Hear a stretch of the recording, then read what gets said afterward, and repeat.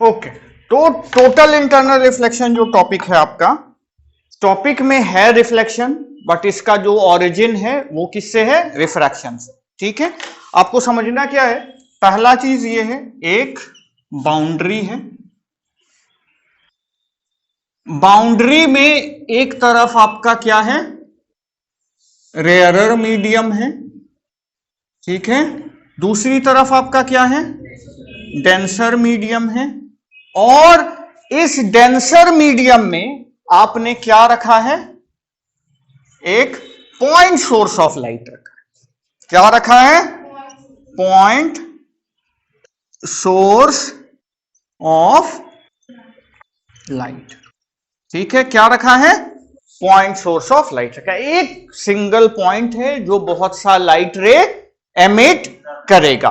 ठीक है, ओके, हम लोग इससे अलग अलग लाइट रे एमिट करवाएंगे और देखेंगे उसके साथ क्या हो रहा है। ठीक है, ये बाउंड्री हम लोग पूरे बोर्ड तक ले लेते हैं ताकि आपको एक बार में क्लियर हो जाए कि कहां तक क्या हो सकता है। ये समझ आया? ओके, तो ये पॉइंट सोर्स ऑफ लाइट है आपका। ये एक रे इस तरह से रिलीज करेगा जो कितने पे इंसिडेंट है? 0 पे इंसिडेंट है, नॉर्मल इंसिडेंस पे। तो ये क्योंकि नॉर्मल इंसिडेंस पे है, तो नॉर्मल इंसिडेंस में डेंसर टू रेयरर अगर ये ट्रेवल करता है, कोई बेंडिंग, या रेयरर टू डेंसर भी ट्रेवल करता है, कोई बेंडिंग नहीं होगा। क्या नहीं होगा? हाँ, तो ये इधर गया बिना किसी बेंडिंग के। दिक्कत है? दिक्कत है? ओके, ये आपका आई का वैल्यू 0 है, आर का भी वैल्यू 0 है, ये यहां गया। ठीक है, अगला रे ऑफ लाइट इधर गया, ये आपका नॉर्मल है, इससे ये इधर बेंड कर दिया। किधर बेंड किया? Away from normal, because light is travelling from denser to rarer medium. फिर ये यहां गया, फिर से ये क्या किया? अवे फ्रॉम नॉर्मल बेंड किया, और ज्यादा अवे फ्रॉम नॉर्मल, मतलब इसको अगर हम लोग I1 बोले, इसको R1 बोले, तो पहला चीज तो क्लियर है, R1 will be greater then I1। फिर इसको अगर आप I2 बोलते हो, इसको R2 बोलते हो, तो R2 आपका बड़ा होगा I2 से। क्यों भाई? क्योंकि लाइट डेंसर से रेयरर मीडियम में ट्रेवल कर रहा है। ठीक है, फिर जब ये यहां से यहां गया, तो अब ये और अवे फ्रॉम नॉर्मल बेंड करेगा, क्योंकि एंगल ऑफ इंसिडेंस क्या हो रहा है? बढ़ रहा है। अगर एंगल ऑफ इंसिडेंस बढ़ रहा है तो उसका करस्पॉन्डिंग एंगल ऑफ रिफ्रैक्शन भी बढ़ेगा, और एंगल ऑफ इंसिडेंस से ज्यादा होगा इस पर्टिकुलर केस में, because light is travelling from denser medium to rarer medium. ये समझ आया? हाँ, तो उसके बाद ये और अवे फ्रॉम नॉर्मल। तो जैसे जैसे आप एंगल ऑफ इंसिडेंस बढ़ाते जा रहे हो, एंगल ऑफ रिफ्रैक्शन आपका और ज्यादा बढ़ता जा रहा है। बढ़ रहा है? बढ़ रहा है? नहीं बढ़ रहा है? बढ़ रहा है। क्लियर है ये? ओके, तो लेट्स से आप एंगल ऑफ इंसिडेंस को बढ़ाते बढ़ाते बढ़ाते 85 86 तक लेके चले। अगर आप 85 86 तक लेके चले गए, एंगल ऑफ रिफ्रैक्शन उससे और ज्यादा होना चाहिए, और ये काफी कॉन्सेप्चुअल है। एंगल ऑफ रिफ्रैक्शन उससे और ज्यादा होना चाहिए। 85 86 से ज्यादा क्या होगा? 88 89 90। तो एक पर्टिकुलर एंगल ऑफ इंसिडेंस पे आपका एंगल ऑफ रिफ्रैक्शन कितना हो जाएगा? 90 हो जाएगा। और जैसे ही एंगल ऑफ रिफ्रैक्शन 90 हुआ, तो ये रे आपका, अब ये आपका नॉर्मल है ना, इससे 90 कैसे जाएगा ये समझना है, मेन यही है। ये बिल्कुल इस बाउंड्री के अलोंग जाएगा। जाएगा? जाएगा? ओके, तो ये होगा या नहीं होगा? होगा। इस पर्टिकुलर एंगल ऑफ इंसिडेंस को हम लोग IC सिंबल से डिनोट करते हैं, और इसको हम लोग बोलते हैं क्रिटिकल एंगल। यहां पे नहीं लिखेंगे, वो अलग से लिखेंगे, बाद में लिखेंगे, क्योंकि अभी हम लोग को एक दो रे और चाहिए। ये समझ आया? वापस रिपीट किया जा रहा। आप लाइट के सोर्स को किस में रख रहे हो? ये बहुत इंपॉर्टेंट है। डेंसर मीडियम में लाइट का पॉइंट सोर्स है जिसको आपने डेंसर मीडियम में रखा है। लाइट जब डेंसर टू रेयरर ट्रेवल कर रहा है तो it is bending away from normal. Away from normal bend करने के कारण उसका angle of refraction angle of incidence से बड़ा होगा, ज्यादा होगा, क्योंकि angle of refraction angle of incidence से ज्यादा है। तो अगर आप एंगल ऑफ इंसिडेंस बढ़ाते जाओगे बढ़ाते जाओगे बढ़ाते जाओगे तो एक पर्टिकुलर एंगल ऑफ इंसिडेंस ऐसा आएगा जिसके लिए angle of refraction will be 90 degree. That particular angle of incidence is known as critical angle of incidence. को क्या कहते हैं? उसको क्रिटिकल एंगल कहते हैं। That particular angle of incidence in the denser medium corresponding to which the angle of refraction in the rarer medium is 90 degree is known as critical angle of incidence। समझ आया? Okay, अभी ये खत्म नहीं हुआ है, ये क्लियर है? तो आप एंगल ऑफ इंसिडेंस अगर बढ़ाते जा रहे हो, किसमें बढ़ाते जा रहे हो? डेंसर मीडियम में। तो बढ़ाते बढ़ाते बढ़ाते एक समय ऐसा आता है जब एंगल ऑफ इंसिडेंस जो है उससे ज्यादा होने के चक्कर में एंगल ऑफ रिफ्रैक्शन 90 हो जाता है। जब वो 90 होगा तो जो वो बाउंड्री है जो रेयरर और डेंसर मीडियम को सेपरेट कर रहा था, उस बाउंड्री को वो ग्रेज करता हुआ जाएगा। और क्योंकि वो उस बाउंड्री को ग्रेज करता हुआ जाएगा तो हम बोलेंगे एंगल ऑफ रिफ्रैक्शन कितना है? 90 डिग्री है। ठीक है? उस वक्त जो एंगल ऑफ इंसिडेंस है किसमें? डेंसर मीडियम में, that angle of incidence will be known as critical angle. ये क्लियर है? क्वेश्चन ये आता है कि ये क्रिटिकल एंगल लेट्स से 86, तो 86 से अभी हम लोग के पास और ऑप्शन है एंगल ऑफ इंसिडेंस बढ़ाने का। 86 से 90 तक हम एंगल ऑफ इंसिडेंस अभी और खींच सकते हैं, बढ़ा सकते हैं, कर सकते हैं। वो करेंगे तो क्या होगा वो बहुत इंटरेस्टिंग है। ठीक है? तो अब भाई हम ये देख लिए कि 90 तक तो हो गया एंगल ऑफ रिफ्रैक्शन, अगर हम और एंगल ऑफ इंसिडेंस बढ़ा दे तो अब क्या हो सकता है? हाँ, अब जो होगा वो बड़ा इंटरेस्टिंग है। क्या होगा? तो आप एंगल ऑफ इंसिडेंस क्या कर रहे हो यहां पे? और बढ़ा दिए। क्रिटिकल एंगल से 90 से इंक्रीज एंगल ऑफ इंसिडेंस नहीं हो रहा है, क्रिटिकल एंगल से ज्यादा है। मतलब अब आप जो भी एंगल ऑफ इंसिडेंस रख रहे हो, ये आई जो है आपका, this is greater than IC, ये जो पिछला वाला वैल्यू आया है उससे ज्यादा। तब क्या होगा? तो भैया अब लाइट रिफ्रैक्ट नहीं कर सकता है क्योंकि वो रिफ्रैक्शन के बाउंड्री में तो यहीं पहुंच गया था, सॉरी यहां पहुंच गया था। तो अब वो रिफ्रैक्ट नहीं करता है, वो क्या करने लगता है? रिफ्लेक्ट करने लगता है। और लाइट क्योंकि रिफ्लेक्ट जो कर रहा है, यहां पे का रिफ्लेक्शन नॉर्मल रिफ्लेक्शन नहीं है। नॉर्मल रिफ्लेक्शन में आप लोग को पहले भी बताया गया है, थोड़ा बहुत एब्जॉर्प्शन भी हो जाता है। मिरर में जो लाइट पड़ता है 10-20% लाइट रिफ्लेक्ट होता है, 80-90% एब्जॉर्ब हो जाता है। यहां पे जैसे ही ऐसा हुआ कि आपने एंगल ऑफ इंसिडेंस को क्रिटिकल एंगल से बढ़ा दिया है, ज्यादा रखा है, जितना भी लाइट रे पड़ेगा सारे का सारा लाइट रे वापस डेंसर मीडियम में रिफ्लेक्ट हो जाएगा 100% इंटेंसिटी के साथ। इसीलिए इस रिफ्लेक्शन के साथ टर्म लगा है टोटल। टोटल मतलब क्या होता है? कंप्लीट 100%। मतलब अब आप इस आईसी से बढ़ा के एंगल ऑफ इंसिडेंस दो, जितना बढ़ाना है बढ़ाओ, 90 तक ऑप्शन है बढ़ाने का। अब बढ़ाओ 500 रे छोड़ो इधर, किस पे? डेंसर से रेयर मीडियम पे। बस सारे रे का एंगल ऑफ इंसिडेंस क्या होना चाहिए? क्रिटिकल एंगल से ज्यादा। Angle of incidence critical angle से ज्यादा होना चाहिए। 90 एंगल ऑफ रिफ्रैक्शन है भाई, तो क्या हो? एंगल ऑफ रिफ्रैक्शन से कोई मतलब नहीं, हम एंगल ऑफ इंसिडेंस का बात करें। Angle of incidence her case में आप 500 रे छोड़ रहे हो, 500 का 500 रे एंगल ऑफ इंसिडेंस का वैल्यू इतना रखा हुआ है जो क्रिटिकल एंगल से ज्यादा है। ये कैलकुलेट करने आप लोगों को सिखाया जाएगा, वैल्यू दिया जाएगा। क्रिटिकल एंगल से ज्यादा रखोगे एंगल ऑफ इंसिडेंस, वो 500 का 500 रे क्या होगा? रिफ्लेक्ट हो जाएगा। एक सिंगल रे भी एब्जॉर्ब नहीं होगा। ये बहुत रेयर है, मतलब लगभग 100% रिफ्लेक्शन होगा। और इसीलिए इस रिफ्लेक्शन को क्या बोला जा रहा है?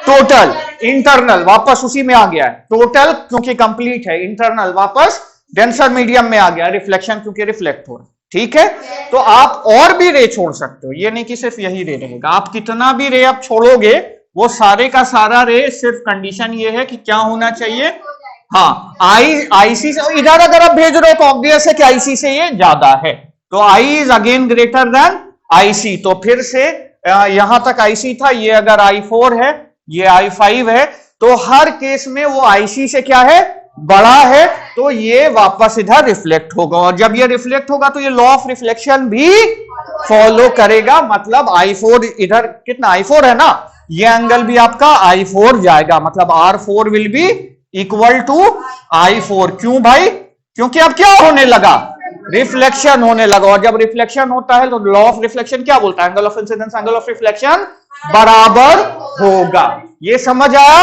वापस से R5 will be equal to I5, ये समझ आ रहा है। जैसे रिफ्लेक्शन होने लगेगा तो अब तो ग्रेटर होगा नहीं, 100% क्लैरिटी है। एक बार वापस समझाया जाएगा आप लोग को, एक बार में पूरा समझना है, ठीक है, ओके। चलिए शुरू करते हैं। मेरे पास एक क्या है, पॉइंट सोर्स है, कहां है, डेंसर मीडियम में, ठीक है, इसमें किसी को कोई आपत्ति है, ओके। तो ये point source of light multiple rays of light, क्योंकि ये सोर्स है, जितना चाहिए उतना रे ऑफ लाइट रिलीज कर सकता है, तो ये बहुत सारा रे ऑफ लाइट क्या किया, रिलीज किया, ठीक है।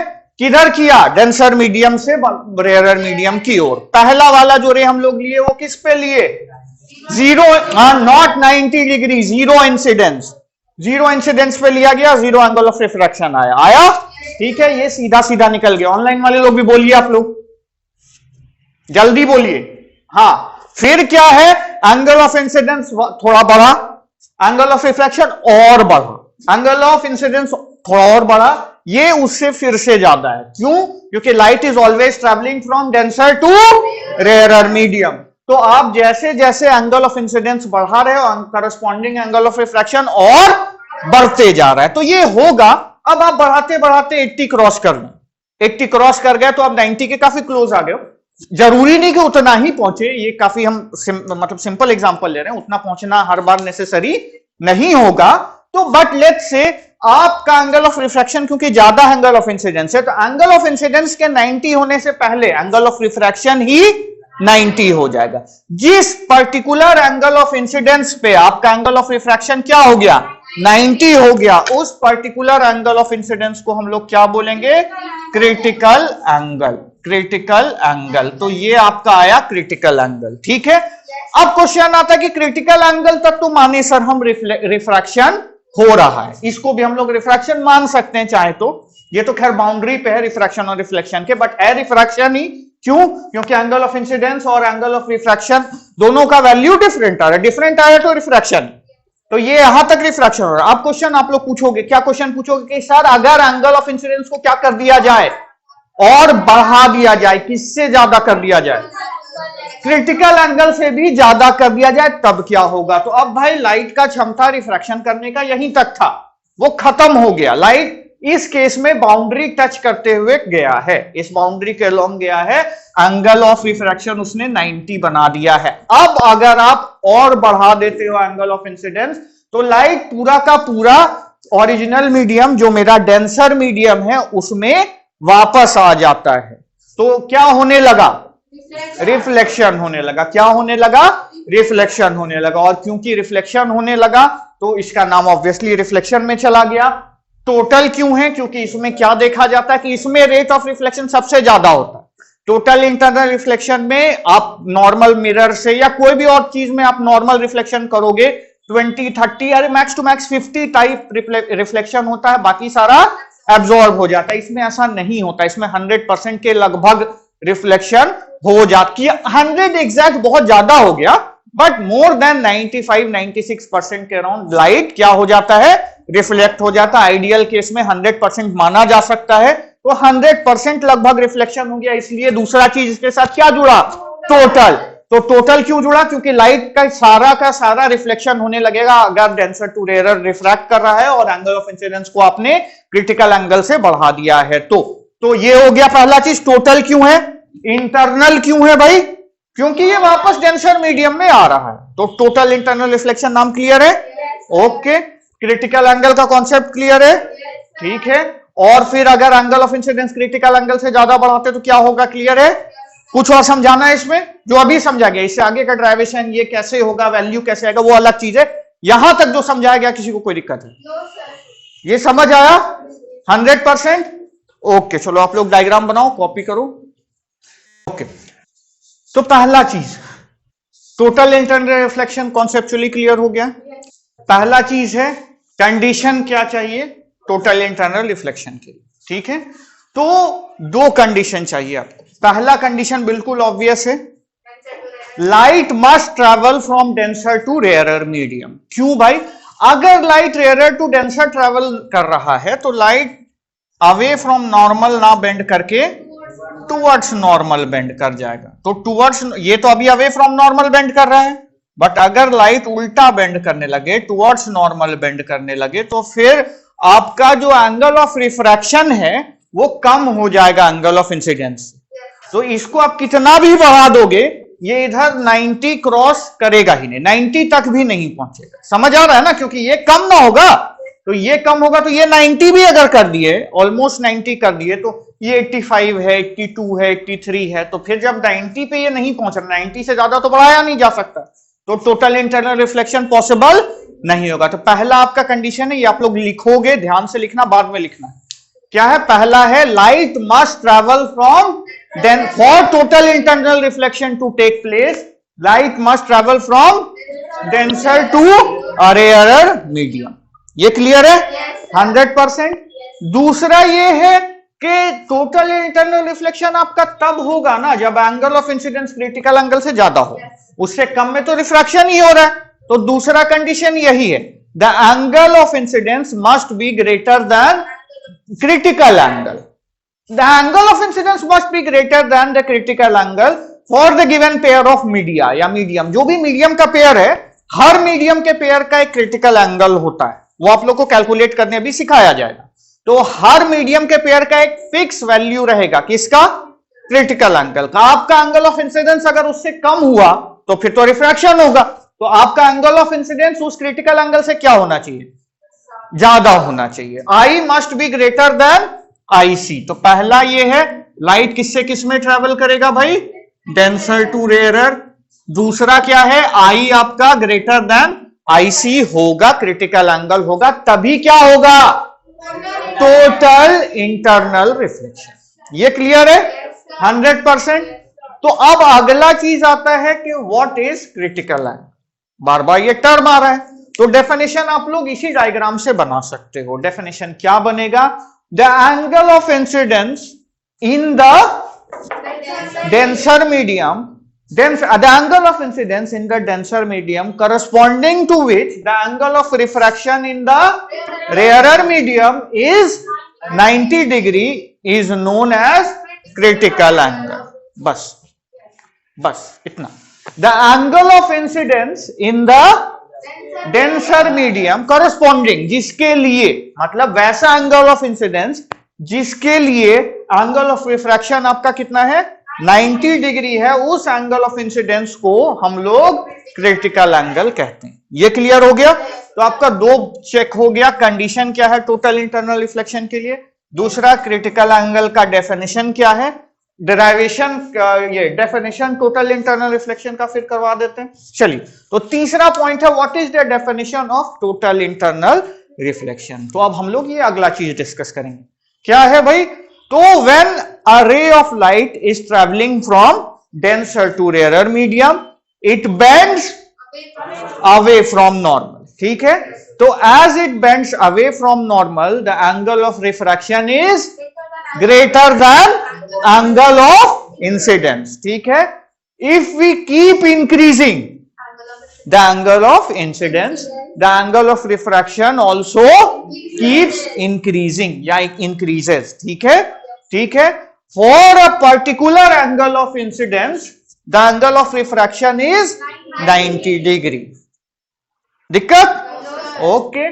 If we increase the angle of incidence further than this critical angle, या if we increase the angle of incidence further, then the ray of light is totally reflected in the denser medium, या completely reflected in the denser medium, या almost all the light falling on the boundary for angle of incidence greater than critical angle is reflected back in the denser medium. This phenomenon is known as total internal reflection.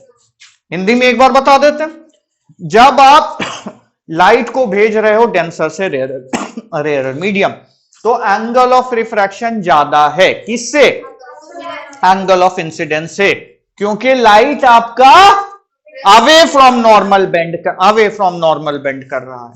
तो इस कारण से आप angle of incidence बढ़ाते जाओगे तो angle of refraction भी बढ़ता जाएगा। तो एक पर्टिकुलर एंगल ऑफ इंसिडेंस आएगा जिसमें एंगल ऑफ रिफ्रैक्शन कितना है? 90 डिग्री है। अगर आप उस पर्टिकुलर एंगल ऑफ इंसिडेंस, जिसको हम लोग क्रिटिकल एंगल बोल रहे हैं, उससे ज्यादा कर देते हो क्या, इंसिडेंट एंगल या एंगल ऑफ इंसिडेंस, तो फिर लाइट पूरा का पूरा ओरिजिनल डेंसर मीडियम में रिफ्लेक्ट हो जाता है। इस फेनोमेनन को हम लोग टोटल इंटरनल रिफ्लेक्शन कहते हैं। ये 3 पार्ट क्लियर हो गया। नेक्स्ट है इसका वैल्यू कैसे कैलकुलेट किया जाएगा। ठीक है, ये तो ड्राइवेशन है आप लोग का, ये आप लोग को 1 मिनट में। ओके, टॉपिक है आपका एक्सप्रेशन फॉर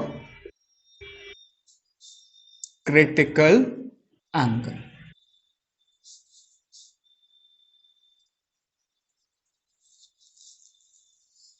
पहला चीज जो हम लोग क्रिटिकल एंगल का बात करेंगे, तो रे ऑफ लाइट जो है आपका वो किस तरह से बिहेव करता है, वो बाउंड्री को टच करते हुए जाएगा। इधर से आया, इधर क्या हुआ, जब ये रिफ्लेक्ट हुआ तो ये अलोंग द बाउंड्री जाता है। ये तो आप लोग को बताया जा चुका है, जो बाउंड्री था उसको ग्रेज करते हुए जाएगा, ये टच करते हुए जाएगा। ओके, ये आपका एंगल ऑफ रिफ्रैक्शन है, ये कितना है? ठीक, ये एंगल ऑफ इंसिडेंस है, ये कितना है? आईसी, जो सिंबल हम लोग इसका यूज कर रहे हैं। यहां तक कोई दिक्कत लग रहा है? ठीक है, ये आपका कौन सा मीडियम है? डेंसर। ये आपका कौन सा मीडियम है? रेयरर। इसमें भी कोई दिक्कत नहीं होना चाहिए। ओके, तो डेंसर से रेयरर में ट्रैवल कर रहे किया। ओके, लेट्स से क्योंकि ये रेयरर है तो हम लोग इसके लिए मीडियम ए नाम रख ले रहे हैं इसका, क्योंकि अक्सर ये क्या रहेगा? एयर रहेगा। इसका नाम हम लोग, डेंसर का नाम हम लोग मीडियम बी रख देगा। ठीक है, ओके। अब आप बताओ B mu A is equal to क्या होगा? जल्दी ले बोलोगे आप। बी म्यू ए इधर से इधर जा रहा है, sine I by sine R. B mu A क्योंकि इधर से इधर जा रहा है ना, जिधर बी ये वाला है ना, तो क्या होगा? Sine I by sine R ही होगा ये। ठीक है, since I is equal to IC, R is equal to 90 degree, तो अब आप क्या लिख सकते हो? B mu A is equal to sine IC upon sine 90। दिक्कत है? ओके, साइन 90 कितना होता है? 1 होता है। तो B mu A is equal to sine IC, और IC is equal to sine inverse of B mu A। तो इससे आपका क्रिटिकल एंगल आ जाएगा। ठीक है, और इसमें हम लोग यहां पे थोड़ा सा दिमाग लगाते हैं और क्या करते हैं, क्योंकि B म्यू A क्या है? रिफ्रैक्टिव इंडेक्स किसका है? मतलब B म्यू A तो B रेस्पेक्ट टू A आ रहा है ना, मतलब लिखने में तो वो उल्टा हो जाता है, बट B म्यू A नहीं। हम लोग को अगर एब्सोल्यूट रिफ्रैक्टिव इंडेक्स के टर्म्स में बात करना है तो A म्यू B प्रेफरेबल है ना। तो और A mu B is equal to 1 by B mu A. कहां से?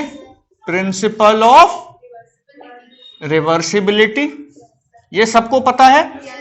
बोलिए आप लोग, ऑनलाइन वाले लोग भी बोलिए, ये सबको पता है। तो A mu B is equal to A mu B is equal to 1/b μ a is equal to 1 यहां से 1 क्या साइन आई सी होगा। ए म्यू बी साइन का रेसिप्रोकल क्या होता है? कोसेक। तो कोसेक आई सी। ए को हम लोग अक्सर इग्नोर कर देते हैं, तो mu B is equal to cosec I C और I C is equal to cosec inverse of mu B. ये बेटर तरीका, ये समझ आया। I C is equal to sine inverse of B mu A, ये क्योंकि ये आपका किसके टर्म्स में आ गया? Absolute refractive index. मतलब आपको किसी मीडियम का अगर रिफ्रैक्टिव इंडेक्स दिया हुआ है, आप कोसेक इनवर्स से उसका कर दोगे उस मीडियम और एयर, क्योंकि पहला अगर आप क्या कर रहे हो, एब्सोल्यूट रिफ्रैक्टिव इंडेक्स कर रहे हो, तो पहला मीडियम कौन सा मान के चल रहे हो? एयर मान रहे हो आप। तो आपको उस मीडियम का क्रिटिकल एंगल मिल जाएगा। किसके लिए? अगर उस मीडियम से, क्योंकि वो डेंसर है, उससे लाइट जा रहा है किसमें? एयर में। एयर में जा रहा है तो आपको ये मिल जाएगा। और अगर दो मीडियम का कंपैरिजन है तो फिर ये वाला फॉर्मूला यूज कर लेंगे हम लोग। ठीक है, आप यहां पे भी कर सकते हो, इसको और मॉडिफाई करके आप ये भी कर सकते हो कि आई C is equal to sign, ये साइन इनवर्स की जगह कॉसेक इनवर्स यहीं पे हो जाएगा ना। और I C is equal to cosec inverse of क्या? अरे भाई पहला मीडियम अगर आपका एयर नहीं है तब आप उसको इग्नोर नहीं करोगे तो ए म्यू बी ये भी रहेगा। अगर दो मीडियम में से कोई एक मीडियम भी एयर नहीं है तो। ये समझ आया? 100% क्लियर है। तो मतलब अगर आपको रिफ्लेक्टिव इंडेक्स एब्सोल्यूट पता है, आप तुरंत उसका क्रिटिकल एंगल कॉसेक इनवर्स लगा के निकाल सकते हो। अगर दो अलग अलग मीडियम है जिसमें कोई भी एयर नहीं है तो फिर आप एब्सोल्यूट रिफ्रैक्टिव इंडेक्स नहीं यूज करोगे, तब आप रिलेटिव रिफ्रैक्टिव इंडेक्स यूज करोगे। कॉन्सेप्ट क्लियर है? 100%। ओके, आप लोग इसको कॉपी कर लो। तो नेक्स्ट है एप्लीकेशन ऑफ स्फेरिकल मिरर में जो नेक्स्ट हम लोग देखने वाले हैं वो है कॉन्वेक्स मिरर। पहला चीज तो ये है, कॉन्वेक्स मिरर जो है बहुत तरह का इमेज बनाता ही नहीं। इसका बेसिकली दो ही इमेज बनता है, ये आप लोग जूनियर क्लास में ऑलरेडी पढ़ चुके हो। और दो इमेज भी जो बनता है, एक ही इमेज मोस्टली हम लोग के काम का रहता है। एक इमेज रहेगा जब ऑब्जेक्ट फोकस पे है तो वो पैरेलल हो जाएगा रे, और पैरेलल रे को हम लोग अज्यूम करते हैं कि वो कहां मीट कर रहा है? इन्फिनिटी पे मीट कर रहा है। एक चीज आप लोग ध्यान दोगे, ये अजम्पशन सिर्फ और सिर्फ इंडिया में चलता है, मतलब इंडिया, इंडियन सब कॉन्टिनेंट टाइप कंट्री में चलता है। रशियन ऑथर जो है उसका बुक उठा के अगर आप देखोगे तो पैरेलल रे को वो मीट नहीं कराता है, जो मेरे ख्याल से लॉजिकली ज्यादा सही वही है। मतलब अगर आप जैसे रशियन ऑथर जो भी है, फिजिक्स का बेस्ट ऑथर रशियन ही रहता है, तो इरोडोव है वो रशियन है। आपका दूसरी बुक रेसनिक एंड हैलिडे वो भी रशियन ऑथर के लिखी हुई किताब है। ठीक है, तो हम लोग जो पढ़ते हैं वो हम लोग ये पढ़ते हैं कि कॉनकेव मिरर रहे या कॉन्वेक्स मिरर रहे, अगर रे उसका पैरेलल है, मान लो ये रे पैरेलल है, रिफ्लेक्ट हुआ इस तरह से, कोई भी पैरेलल रे इस तरह से अगर रिफ्लेक्ट हुआ, हम लोग उसको क्या करवा देते हैं? मीट करवा देते हैं कि भाई वो कहीं जाके इंफिनिटी पे मीट कर जाएगा, जो फैक्चुअली इनकरेक्ट है। पैरेलल लाइंस का बाय बेसिक डेफिनेशन ये है, दे नेवर मीट। आप कहीं चल जाओ, क्योंकि अगर वो मीट कर रहा है तो वो पैरेलल नहीं है। बट फिर से क्योंकि एनसीईआरटी इसको फॉलो कर रहा है, एनसीईआरटी बोल रहा है कि मीट करेगा, तो हम लोग को अल्टीमेटली वही करना पड़ेगा, मीट करवाना पड़ेगा। बट फिर से अगर आप रशियन ऑथर की बुक देखोगे जो प्रेफरेबल है, बेटर है, तो उसमें क्या है, फिर आपको ये पता चलेगा कि वो लोग रे को मीट नहीं करवा। ठीक है, खैर, तो दो ही केस है हमारा जो मेन डिस्कशन है। डिस्कशन ये है कॉन्वेक्स मिरर में दो केस है, एक रहेगा ऑब्जेक्ट कहां पे? फोकस पे, तो उसका जो रिफ्लेक्टेड रे है वो पैरेलल हो जाएगा और पैरेलल रे वापस कहीं मीट नहीं करता है। ठीक है, हाँ नहीं करता है, तो खैर उसको फिर वो कहीं इन्फिनिटी वगैरह पे अपना मीट करवाए, दैट्स ऑन देम, उससे हमको मतलब नहीं है। दूसरा केस क्या है? Between pole and focus. Between pole and focus वो इमेज बनता है, वो ऐसा कुछ नहीं है। कॉन्वेक्स मिरर में बिटवीन पोल एंड फोकस कुछ आपको फिक्स करने का नीड नहीं है। Object is anywhere in front of the convex mirror. Object कहीं पे भी रहे, ऑब्जेक्ट कहीं पे भी रहे, तो ऑब्जेक्ट कहीं पे भी है अगर, उसका जो इमेज बनता है वो इमेज कैसा बनता है? Virtual erect and diminished. Virtual erect diminished and between pole and focus behind the mirror, ये ना बनता है, ये इमेज आपका बनता है। तो अब इसका एडवांटेज क्या है कॉन्वेक्स मिरर का? बहुत ज्यादा एडवांटेज नहीं है, बट एक बड़ा मेजर सा एडवांटेज क्या है, क्योंकि इमेज छोटा छोटा बन रहा है ना, तो ये जो व्यूइंग एरिया है ना इसका बड़ा लार्ज होता है।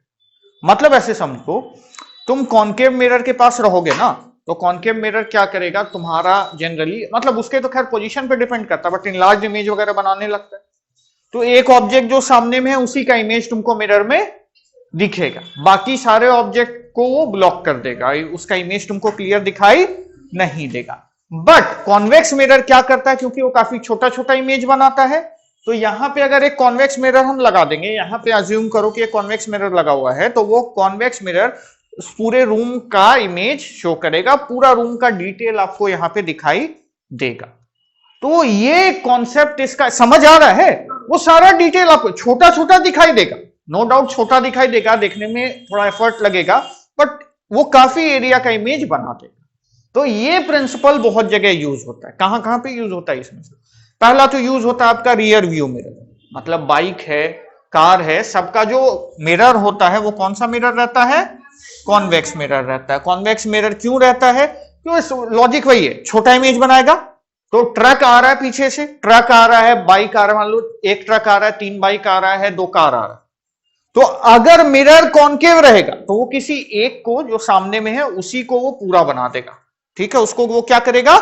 पूरा बना देगा, तो वो बाकी का व्यू ऑब्स्ट्रक्ट हो गया, तुमको एक ही जो गाड़ी आ रहा है वो दिखाई देगा। तो हम लोग अगर कॉन्वेक्स वहां पे और कॉन्वेक्स ही यूज करते हैं, कॉन्वेक्स वहां पे यूज करेंगे ना, छोटा छोटा ट्रक है, कितना ट्रक बोले?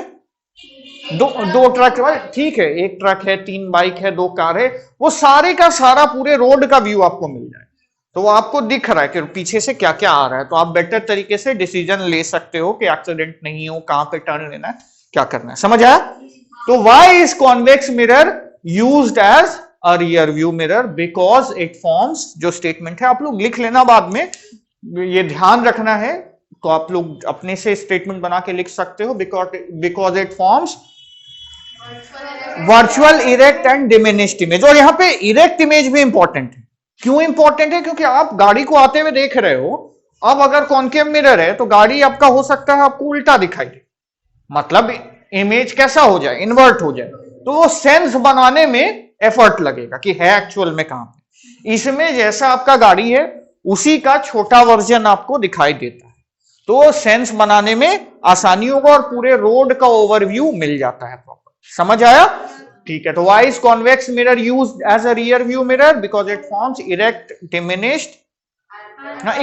डिमिनिश्ड इमेज, ठीक है, ये इतना काफी, erect and diminished image of object, ठीक है, and hence it gives us an overview of the entire traffic behind us, पीछे का ही दिखाता है वो, ठीक है। ये एक पार्ट हुआ आपका। दूसरा पार्ट, कॉन्वेक्स मिरर को हम लोग एंटी थेफ्ट मिरर की तरह यूज करते हैं। एंटी थेफ्ट मतलब क्या हुआ? चोरी। एंटी थेफ्ट मतलब आपको चोरी प्रिवेंट करना। आजकल खैर सीसीटीवी कैमरा है, बट हमेशा नहीं था, इतना चीप तो कभी नहीं था सीसीटीवी कैमरा, तो क्या करता है वही कॉन्सेप्ट यूज करेगा, दुकान में कॉन्वेक्स मिरर लगा दिया। कहां पे लगाएगा? जहां पे दुकानदार बैठता है, जहां पे उसका काउंटर है, वहां पे वो कॉन्वेक्स मिरर लगाया। वो कॉन्वेक्स मिरर पूरे दुकान का ओवरव्यू उसको दे रहा है, तो कोई आदमी गया, वो साइड से कुछ चुराने का कोशिश करेगा ना, वो उसको फुल डिटेल दिखे या नहीं दिखे, ये दिख जाएगा कि वो कुछ पॉकेट में अपने रखा, मतलब वो ट्रॉली है ना, ट्रॉली, अरे भाई बड़े दुकान में ट्रॉली वगैरह रहता है, तो ट्रॉली के जगह मान ले वो पॉकेट में कोई सामान रख लिया, तो वो दुकानदार देख रहा हो। समझ आया? तो ये दूसरा यूज हुआ as an anti theft mirror in large shops या मॉल्स, ये सब। समझ आया? ठीक है। फिर उसके बाद जो है ये कॉर्नर वगैरह में यूज होता है। मतलब क्या है, जैसे रोड पे कहीं पे, बेसिक लॉजिक सेम है, शार्प टर्न है, तो अब तुम इधर से आ रहे हो रोड पे, इधर टर्न है, तुमको एग्जैक्ट पता नहीं कितना शार्प, अरे पहाड़ वगैरह पे बड़ा शार्प टर्न है, तुम नहीं ले पाए, फेंका जाओगे भाई, वो कोएफिशिएंट ऑफ फ्रिक्शन में भी हम लोग ये पढ़ चुके हैं। तो टर्न जो ले रहे हो तुमको आइडिया रहना चाहिए ना, वहां पे गवर्नमेंट की तरफ से ये कॉन्वेक्स मिरर लग गया, तो तुमको इधर दिख जाएगा कि गाड़ी जो आ रही इतना मुड़ रही है, तो टर्न काफी शार्प है, तो तुम थोड़ा प्रिकॉशन लोगे ताकि एक्सीडेंट ना हो। तो कॉन्वेक्स मिरर का 3 यूज हुआ। 2 यूज काफी इंपॉर्टेंट है इसका, as a rear view mirror in vehicles, दूसरा anti theft mirror in shop. दोनों में वर्किंग प्रिंसिपल सेम है, इमेज छोटा इन्वर्टेड बनाता है तो क्लियर व्यू मिलता है। ठीक है, जुरासिक पार्क देखे हो? वर्ल्ड नहीं, नया वाला नहीं, मेरे जमाने वाला, तो अपने जमाने वाला नहीं। Original Jurassic park Steven Spielberg का, वो स्टीवन स्पिलबर्ग डायरेक्टर हो तो नहीं जान रहे, जो ओरिजिनल जुरासिक पार्क 1980s का समथिंग का है, वो देखे हो? नहीं देखे हो? हाँ ओके। तो उसमें एक सीन रहता है, कौन से वाले पार्ट में था वो भी हमको याद नहीं है, बहुत पहले ही देखे थे, तो मेरे जमाने का मूवी है ऑब्वियसली। तो डायनासोर जो है वो ऑब्वियसली जुरासिक पार्क है तो डायनासोर होगा, और ये रेस्निक हेलिडे का एग्जाम्पल है आपका, इसलिए बोलते हैं कि वो काफी अच्छी किताब है। तो डायनासोर दौड़ा रहा होता है, ठीक है, और ये जो कैरेक्टर था, पता नहीं कौन कैरेक्टर था, लीड कैरेक्टर था या साइड कैरेक्टर था, वो कार में, अरे डायनासोर दौड़ा रहा, कार में बैठा तो नहीं रहेगा, वो भागेगा, कार से भाग रहा है और फिर कार में बैठा है, डायनासोर दौड़ा, रिलैक्स कर रहा, चाय पी रखा, जब हाँ तो वो दौड़ा रहा है, ये कार में बैठा है, तो ये पहले अपना रियर व्यू मिरर देखा, तो क्या हुआ, डायनासोर छोटा दिखाई दिया और उसके बाद दूर दिखाई दिया, ठीक है। फिर से ये जब मिरर में देखा तो नेक्स्ट बार जो हाईलाइट हुआ, ये स्टेटमेंट हाईलाइट हुआ, objects in the mirror are, आप लोग देखिए ये लिखा रहता है, हाँ, are closer than they appear. मतलब क्या है, वो रिलैक्स कर रहा था कि डायनासोर काफी दूर है, तो उसके बाद जब वो सेकंड टाइम देखा तो ये हाईलाइट का मतलब है कि उतना दूर जितना वो समझ रहा है उतना दूर नहीं है, थोड़ा नजदीक है। तो फिर वो जैसे फिर आगे का सीन हमको, फिर हम देखे थे, हम ध्यान नहीं दिए, फिर एग्जाम्पल रेस्निक हेलिडे का है, बाद में हम मूवी में ये सीन खोज के देखे थे बट अभी याद नहीं आ रहा उतना। तो कंक्लूजन यही है कि ऑब्जेक्ट छोटा दिखता है, क्लोजर देन दे अपीयर, मतलब है, इस लाइन का क्या मतलब है, objects in the mirror are closer than they appear.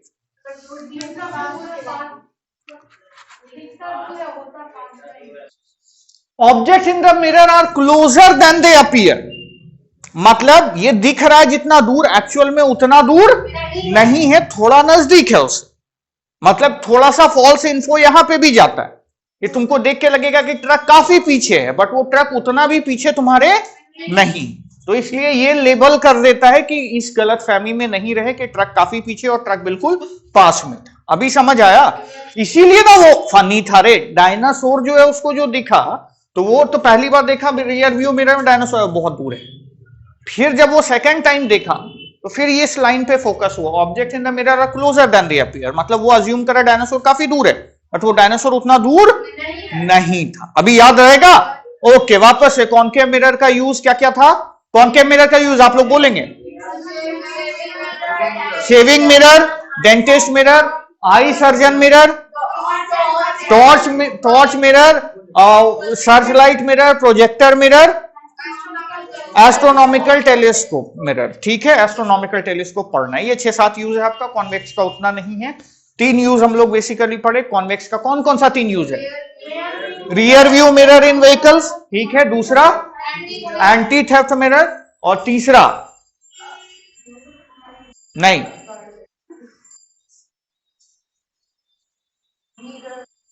तीन यूज आप लोग को पढ़ाया गया, जल्दी जल्दी बताइए, anti theft mirror, rear view mirror,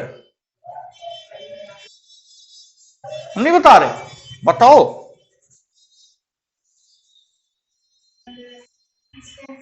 हाँ, कौन सा distance mirror, safety mirror, road, हाँ हाँ, नहीं रियर व्यू नहीं है, वो अलग से, वो गाड़ी में इंस्टॉल नहीं रहता, वो रोड पे इंस्टॉल रहता है, रोड पे गवर्नमेंट की तरफ से जहां पे शार्प टर्न है वहां पे एक कॉन्वेक्स मिरर बड़ा सा रखा रहेगा। एक सेकंड, ये क्लियर है, कोई दिक्कत लग रहा है?